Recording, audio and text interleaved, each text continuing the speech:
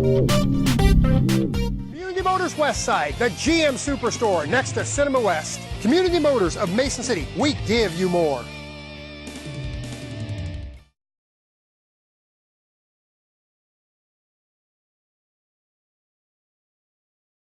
The first item of business up there is the Mayor's State of the City report that is required by code.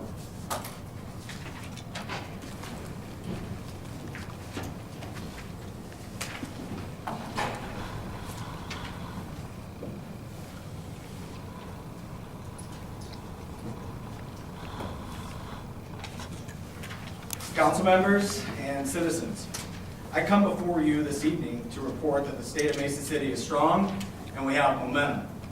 Without doubt, no more than in decades, there are more people struggling throughout the country and unfortunately right here in North Iowa.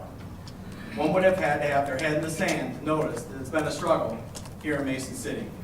In the last decade, in Mason City alone, we lost significant population, employers, and students in our schools. And of course, we've been in the middle of a recession or the recent victim of a major flood.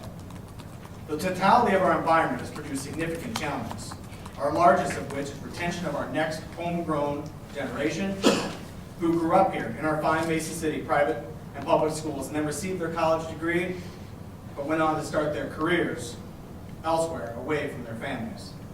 It's also challenging to recruit talented people who want to move to Mason City with their capital and build their families.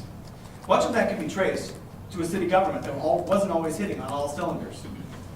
Didn't have a full complement of team members and leaders. Hence, the Welcome Act didn't always look so inviting here in Mason City as opposed to other cities. Well, we're doing everything possible to change that.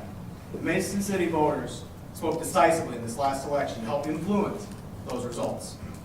To transform our local government into progressive problem solvers with business-friendly policies and a focus on providing efficient and effective services.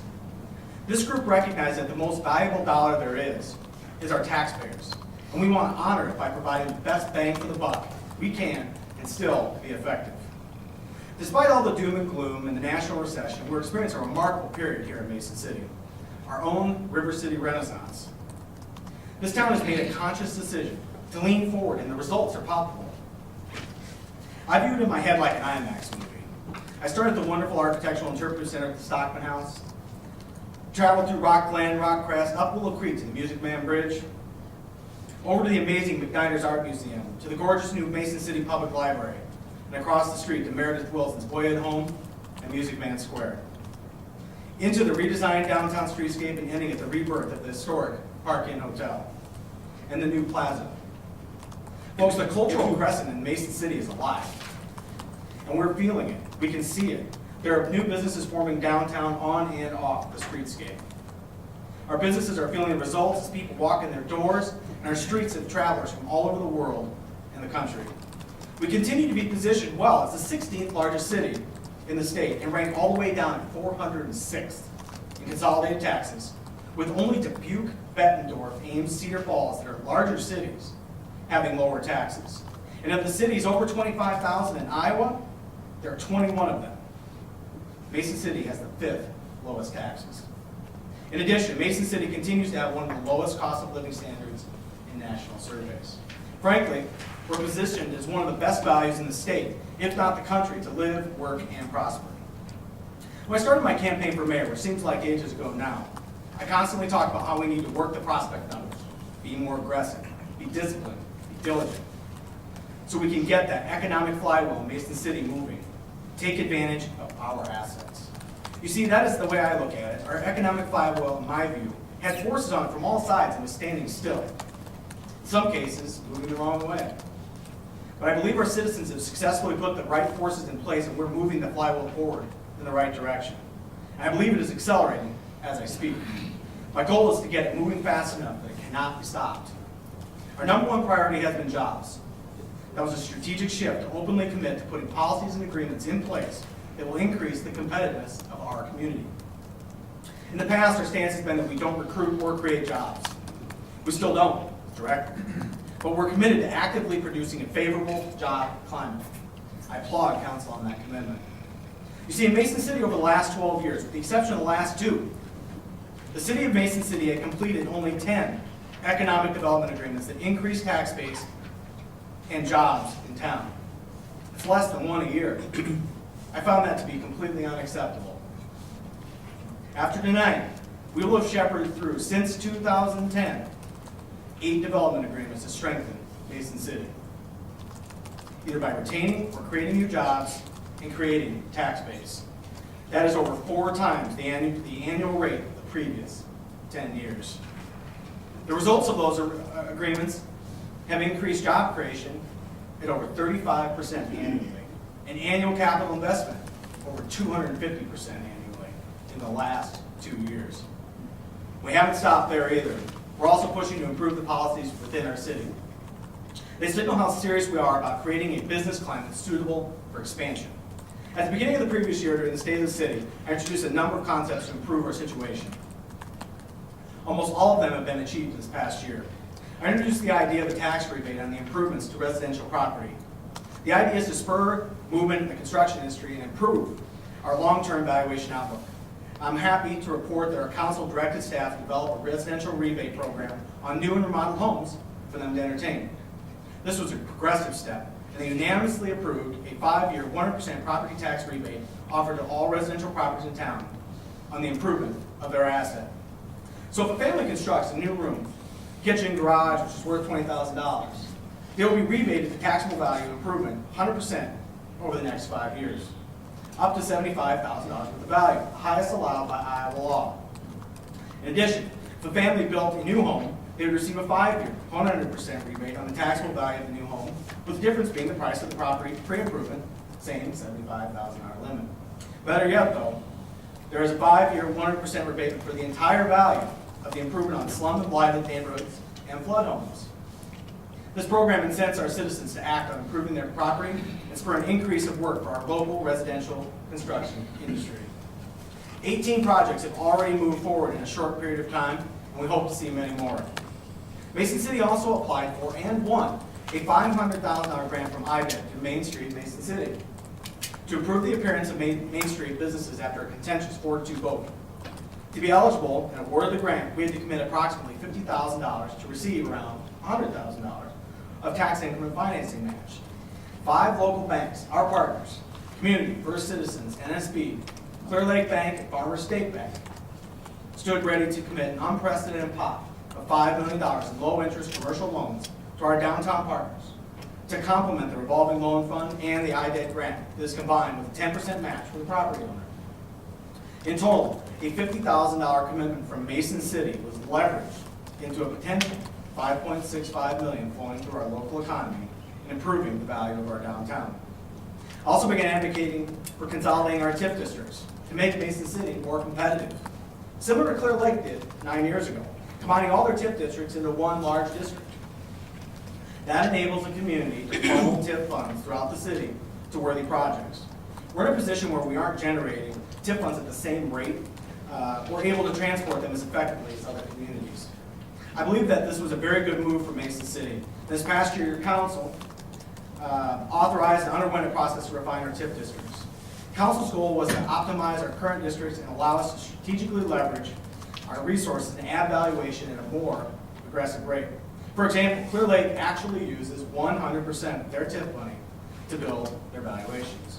That's smart business. Because you have 2 choices in city government. You can either take approximately 38 cents on the dollar, put it in your general fund, use it towards operations, while foregoing valuation increases, or you can have almost the full dollar match and use it on long-term projects to increase the valuation for your city in the future. Now our next step is to retool the budget commitments of approximately $300,000 that we currently use in our general fund for operations. This represents about $1 million per year of investment money in Mason City that we're not utilizing now.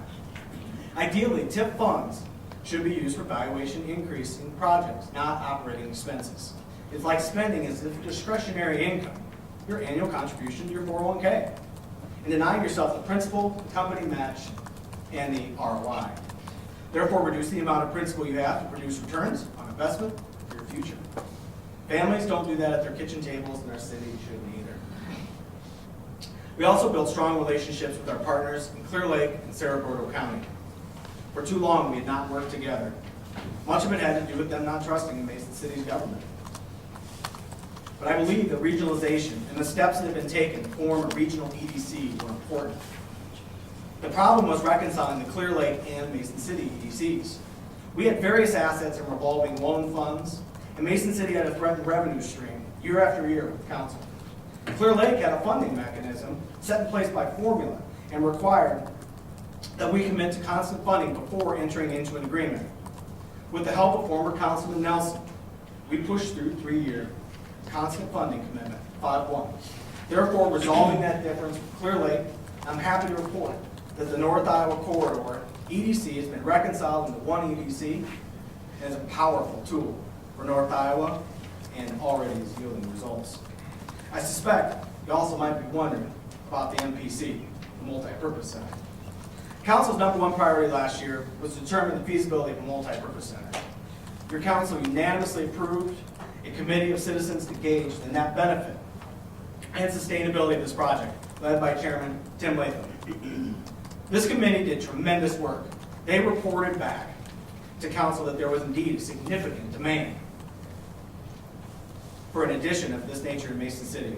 Council carefully considered these results and voted 4-2 to direct staff to ascertain all of the upfront and operational costs involved with such a facility. And they will be reporting back to council at the end of January. If the model is net negative, we'll have done our due diligence.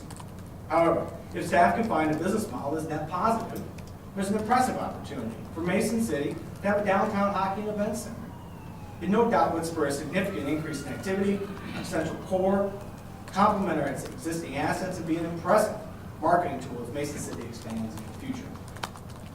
It's a lot for 1 year, and you may wonder what's on tap this year. Microenterprise is up tonight. This program, designed by NIAX John Papajohn Entrepreneurial Center to assist microenterprises, the small business owner. We started working on this about 1.5 years ago, with the vision of building a culture of entrepreneurship here in Mason City and North Iowa.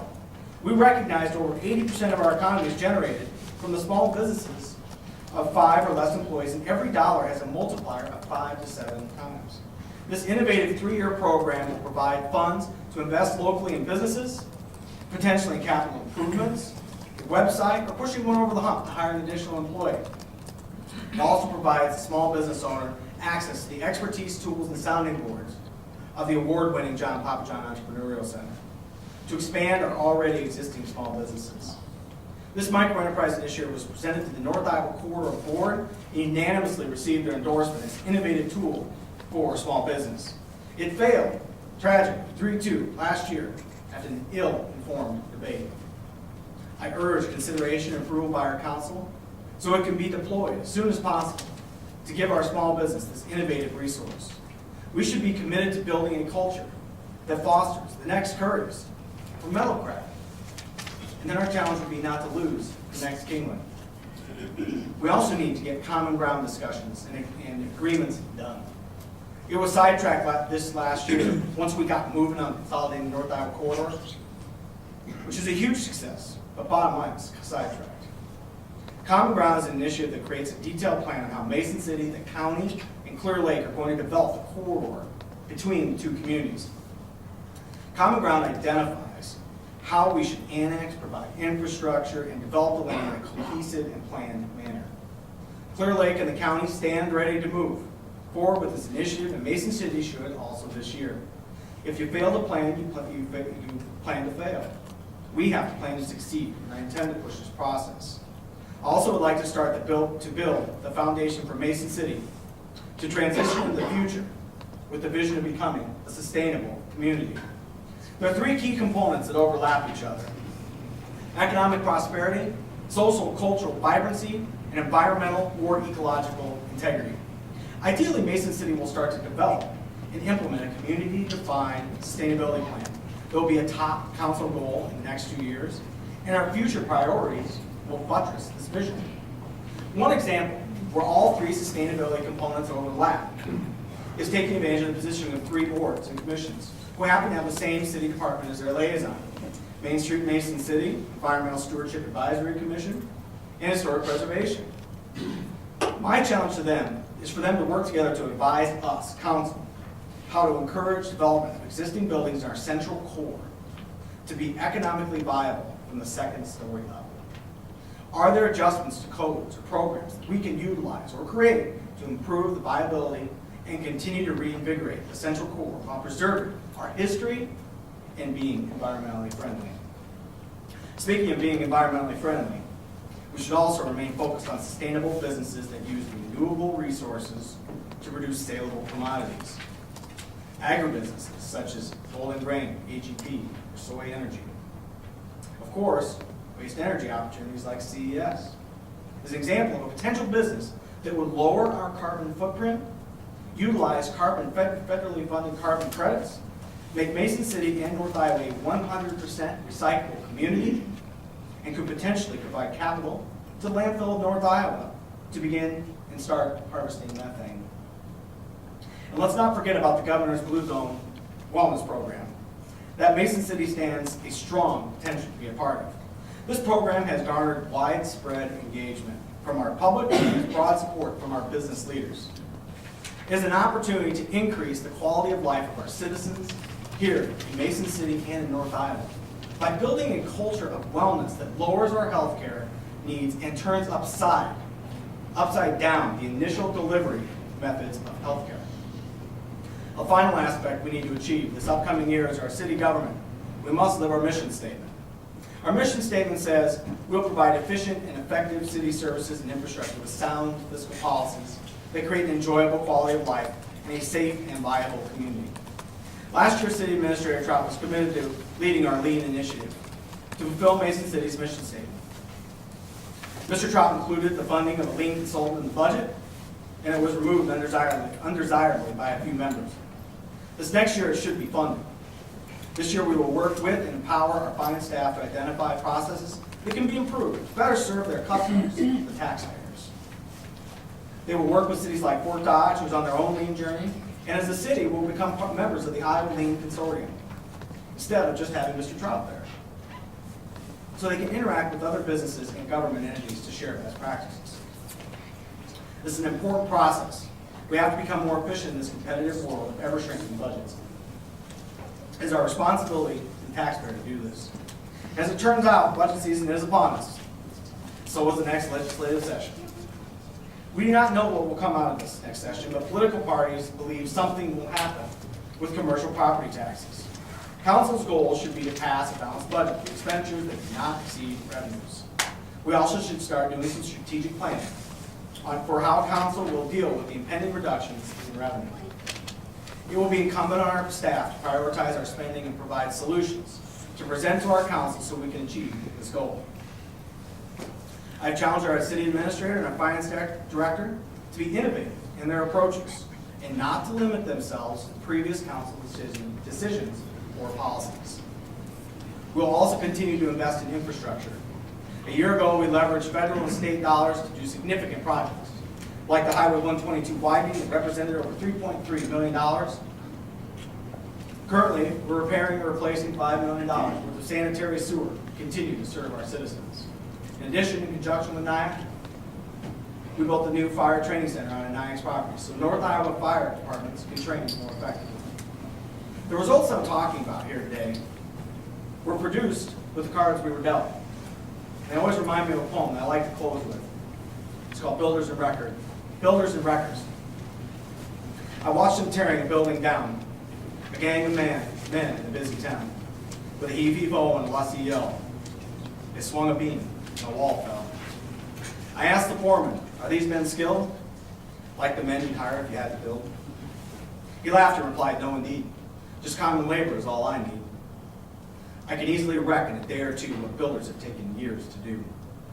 I asked myself as I went away, which of these roles have I tried to play? Am I a builder who works with care, measuring life by rule and square? Or am I a wrecker who walks the town, content with the labor of tearing down? I don't know a lot of things, but I know that Mason City, the citizens of Mason City are builders and want to retain their families in Mason City and North Iowa. I'm honored to serve and address you this evening.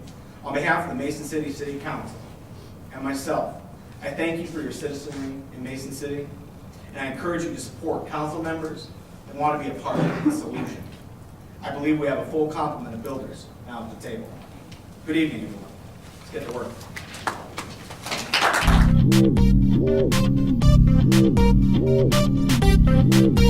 work.